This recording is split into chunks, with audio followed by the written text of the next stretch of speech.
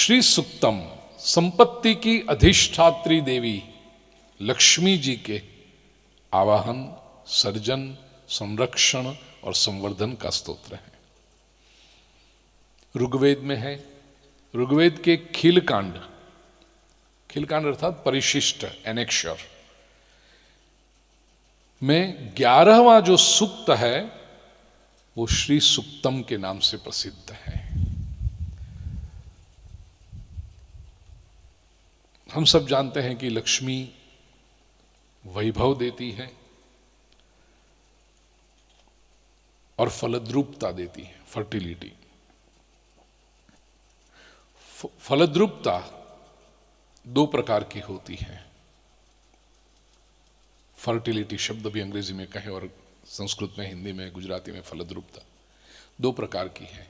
एक भूमि की फलद्रूपता, fertility of the land, इसको अंग्रेजी में कहेंगे एग्रेरियन फर्टिलिटी। और दूसरी है संतानोत्पादक क्षमता, प्रोजेनी की फर्टिलिटी।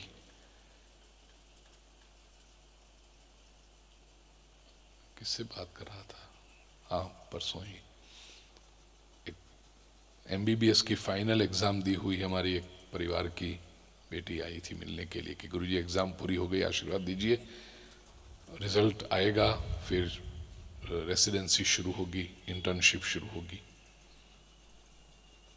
तो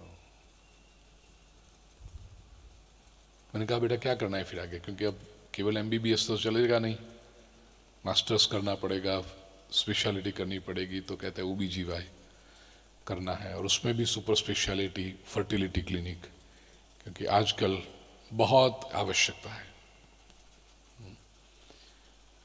केवल गायनेकोलॉजी से काम नहीं चलता है। पिछले 5-7 वर्षों में प्रिय सज्जनों आप भी देखना कि किसी भी शहर, इवन छोटा सा भी शहर हो, 2nd-3rd टियर सिटी भी, उसमें भी आप जाओ तो मेन रोड पे कम से कम 5-10 फर्टिलिटी क्लिनिक, IVF, IDF, क्या जो बोलते हैं IUF, वो सब। 5-7 साल पहले इसकी आवश्यकता नहीं थी, इतने नहीं दिखाई पड़ते थे।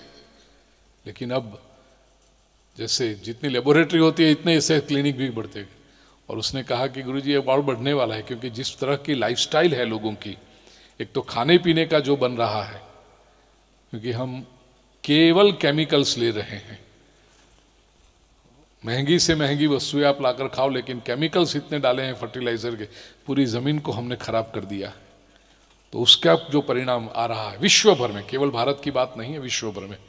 और दूसरी लाइफस्टाइल, पति पत्नी दोनों को कमाना है, खर्च भी करना है, लोगों को दिखा भी देना है, सोशल मीडिया का जो स्ट्रेस है। कोई एक व्यक्ति कहीं पर जाके कुछ होटल में खाना भी खाए तो तुरंत फोटो अपलोड कर देते हैं, उससे लोगों को लगता है हमें रही क्या, ये गए और हम रह गए। कोई हिल स्टेशन पे घूमने भी जाए तो तुरंत फोटो, ये इतना बाकी के आपको लगता है कि आपने फोटो डाल दिया, आप तमें तो वट पाड़ी दीधो, पण बीजाना કેટલાના ઘરમાં झगड़ा शुरू કર્યા कि वो गए तो हमें भी जाना है। और ये एक परस्पर जो सोशल स्ट्रेस खड़ा होता है, अब वो सब करने के लिए संपत्ति चाहिए, वो संपत्ति कमाना पड़ेगा। तो वर्किंग आवर्स लंबे होते जा रहे हैं, पति पत्नी दोनों को कमाने के लिए भागना पड़ता है। और ये सारे स्ट्रेस के कारण प्रजोत्पादक क्षमता है, फर्टिलिटी है, उस पर पुरुष और स्त्री दोनों में फर्क पड़ रहा है। ये उसके लिए मैं इसलिए कह रहा हूं यहां पर फर्टिलिटी, एक भूमि की फर्टिलिटी और दूसरी प्रजोत्पादन क्षमता। लक्ष्मी पवित्र है, भव्य है और दिव्य गुणों का मूर्तिमंत स्वरूप है। और श्री सुक्तम इन गुणों को साकार करने की सिद्ध प्रक्रिया है।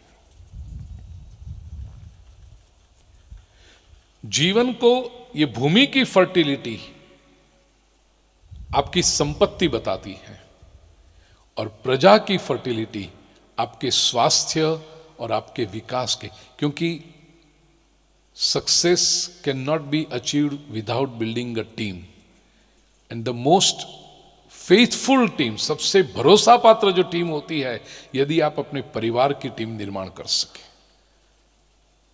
पुराने समय में घर में 3-4 भाई 5 भाई होते थे, उनके बेटे सब साथ में जुड़ जाए।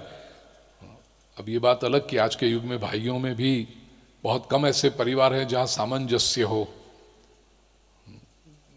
भाई भाइयों में मन प्रेम का वातावरण बनाए बैठा हो, नहीं तो वो भी डिस्टेंस खड़ा हो जाता है। लेकिन प्रजोत्पादन की जो लक्ष्मी है वो ये बताती थी कि टीम बहुत बड़ी है, वर्कफोर्स यदि बड़ा होगा और काम करने की स्थान आपके पास होगा तो संपत्ति अवश्य आएगी। इसलिए जब लक्ष्मी का संदर्भ आता है तो उसमें पवित्रता के साथ 2 बातें आती हैं, एक भव्यता और दूसरा गौरव। लक्ष्मी यदि भव्य न हो और गौरव, अब देखिए जब व्यक्ति संपत्तिवान होने लगता है तो उसका आत्मविश्वास अपने आप बढ़ने लगता है, उसको एक लगता है कि मैं कुछ हूं। संपत्ति कमाना हमेशा इसलिए नहीं होता कि आपको आवश्यकता है, आवश्यकता तो बहुत जल्दी पूरी हो जाती है। उसके बाद जो व्यक्ति पुरुषार्थ करता है संपत्ति कमाने का, लक्ष्मी प्राप्त करने का, वो इसलिए कि उसका गौरव बढ़ता है, उसका आत्मसम्मान बढ़ता है। लक्ष्मी गौरव, इसलिए श्री सूक्तम के 3 मंत्र में जो लक्ष्मी जी की बात की है, अश्वपूर्वाम रथमध्याम हस्तिनाद प्रबोधिनी।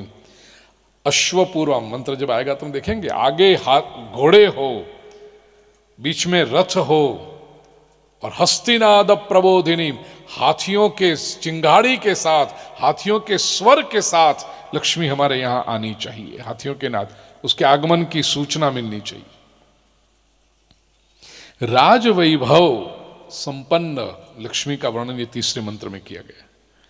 लक्ष्मी देवी कीर्ति एवं समृद्धि की भी दात्री है। जिसके पास संपत्ति आएगी ना उसकी कीर्ति बढ़ेगी, और सच पूछो तो कीर्ति अपने आप में एक संपत्ति का लक्षण है। लक्ष्मी के संबंधित जो पवित्र प्रतीक हैं उनमें एक मुख्य है कमल का पुष्प। इसलिए श्री सूक्तम में हम देखेंगे बार बार पद्म पद्म पद्म, कमल कमल कमल की बात आएगी। और ये तो हमने भी देखा है ना, पिछले 10 वर्षों से कमल कैसी प्रगति कर रहा है। तो लक्ष्मी के साथ कमल जुड़ा हुआ है। दूसरा प्रतीक है हाथी। कुछ आज पहले सत्र में मैं फाउंडेशन क्लियर कर लूं। हाथी रखना ये छोटे मोटे लोगों का काम नहीं, वो लक्ष्मी का प्रतीक है। प्राचीन भारत में नकदी संपत्ति का विशेष प्रचलन नहीं था। हार्ड कैश जिसको हम बोलते हैं, करेंसी, वो ज्यादा नहीं थी। व्यक्ति की संपत्ति के लिए उस समय सबसे पहले भूमि मानी जाती थी, उसके पास जमीन कितनी है। दूसरा, सुवर्ण रजत रत्न आदि का संग्रह कितना पास है, चांदी सोना ज्वेल्स प्रेशियस स्टोन्स वो कितने हैं, वो माना जाता था। और उसके बाद फिर उसके पशुधन की गिनती होती थी कि इसके पास संपत्ति कैसी, तो इतनी गायें हैं इसके पास, इतने घोड़े हैं, और जिनके घर के बाहर हाथी बंधे हो वो तो ओहो हो हाथी। क्योंकि हाथी को मेंटेन करना, हाथी का रोज पेट भरना, वो ही एक बड़ा काम है। उसके लिए कितना चाहिए, ये सब संपत्ति। तो ये सब देख करके मनुष्य की संपत्ति का अंदाज लगाया जाता था। श्री सूक्तम का अध्ययन करते समय एक और बात ध्यान रख लें। प्रिय सज्जनों, पिछली 2-5 सदियों में तथाकथित धार्मिक लोग, मैं तथाकथित शब्द प्रयोग करता हूं, सो कॉल्ड, क्योंकि वो असली धार्मिक नहीं है, वो सनातन संस्कृति के नहीं है, भले उसमें अपने गिनती कराते हो वो लोग, लेकिन उनकी विचारधारा बिल्कुल अलग है। इन लोगों ने संपत्ति की निंदा और संपत्ति के तिरस्कार को ही धार्मिकता का लक्षण मान लिया। महात्मा बहुत बड़े हैं, क्यों? क्योंकि वो संपत्ति को हाथ नहीं लगाते। कंचन और कामिनी नरक का खड्डा है, ऐसा माना गया। तो स्त्री का विरोध किया। अब उसकी चर्चा में अभी मैं नहीं जाता हूं, I am just centering myself toward the संपत्ति, हाथ नहीं लगा। अब वो बात अलग कि संपत्ति उठाने के लिए उन्होंने 2 आदमी रखे हैं फिर, क्योंकि महात्मा जी जो तमाशा करते हैं, मैं तमाशा शब्द प्रयोग करता हूं, जो नौटंकियां करते हैं, बड़े बड़े म्यूजियम बनाते हैं, मंदिर नहीं म्यूजियम होते हैं, शोबाजी जो करते हैं, उनका शो शाइन, ये संपत्ति के बिना कैसे होगा? और कहेंगे संपत्ति को तो हम छूते नहीं हैं, तो ये कैसे, कौन करता है फिर? ये ढोंग। और दूसरे सब हो बोलो संपत्ति को तो छूते ही नहीं है, पैसे को तो हाथ नहीं लगाते हैं, इसलिए वो लोगों को लगता है कि बड़े महान हैं। ये नेगेटिविटी है। सनातन वैदिक संस्कृति के ऋषियों ने कभी भी संपत्ति का तिरस्कार नहीं किया, कभी संपत्ति की या संपत्तिवान की निंदा नहीं की। कई लोग बात बता रहे, हम ज्यादा पैसा नहीं चाहते। क्यों नहीं चाहते पैसा? संपत्ति चाहिए, उसका कतई। भारतीय संस्कृति लक्ष्मी को मां कहती है, मां लक्ष्मी, महालक्ष्मी। लक्ष्मी नारायण देव की जय कहने वाले हम लोग हैं, महालक्ष्मी की पूजा करने वाले हम लोग। तो एक तरफ हम कहें कि लक्ष्मी मां है, और दूसरी तरफ लोग कहें लक्ष्मी तो हाथ का मैल है। कोई अपनी मां को कहेगा कि मैल है? और कहने वाले कहते हैं कि लक्ष्मी हाथ का मैल है, लेकिन हाथ जितने मैले होते हैं उतना मजा बहुत आता है। तो धर्म में याद रखना प्रिय स्वजनों, कभी भी दांभिकता, हिपोक्रेसी नहीं चलती। श्री सूक्तम में लक्ष्मी का आदर है, लक्ष्मी का आवाहन है। बार बार मां लक्ष्मी से कहा जाता है कि मेरे घर आओ, आओ इतना ही नहीं, मेरे घर में आकर स्थिर रहो। तो पहली बात तो लक्ष्मी अयोग्य है या तो लक्ष्मीवान। कई लोग भी, किसी से कहो कि इसने बहुत प्रगति की, इसके पास संपत्ति बहुत आ गई, हां उसके सारे धंधे पता है, करना, फिर तू भी करना, धंधे पता है तो।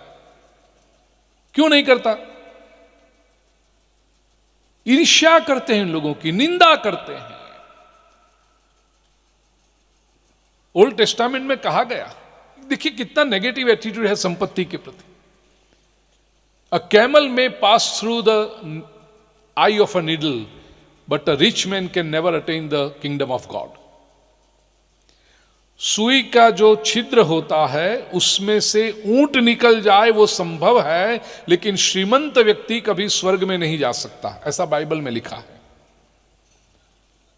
क्योंकि मान लिया यदि कोई व्यक्ति श्रीमंत हुआ है तो उसने कुछ गलत किया ही होगा, और यदि गलत किया है तो उसका फल भुगतना पड़ेगा।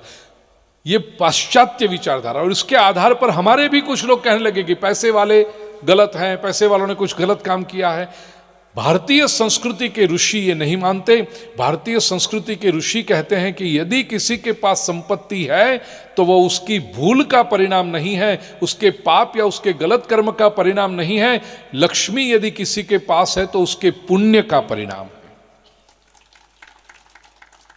इस व्यक्ति ने अतीत में या तो पिछले जन्म में कोई अच्छा काम किया है, पुण्य कर्म किए हैं, सत्कर्म किए हैं, जिसका reward, wealth is not a punishment, wealth is a reward. Shri Suktam पढ़ते समय ये याद रखिए, उसने कोई अच्छा काम किया होगा जिसको सराहने के लिए परमात्मा ने उसको संपत्ति प्रदान की है। तो स्वयं को धार्मिक मनवाने की दौड़ में शामिल ये लोग संपत्ति की निंदा करते हैं। ये ब्लाइंड वेस्टर्न सिस्टम से बाहर आ जाइए प्लीज। लक्ष्मी मां है और लक्ष्मी का भी आदर करो, और लक्ष्मी जिसके पास है उसका भी सम्मान करो। उनके सामने रिस्पेक्ट से देखो कि इसने कुछ पुण्य कर्म किए हैं, इसने पुरुषार्थ किया है, इसने बुद्धि चलाई है, इसने अपने समय का बलिदान दिया है, तब जाकर उसके पास संपत्ति आई।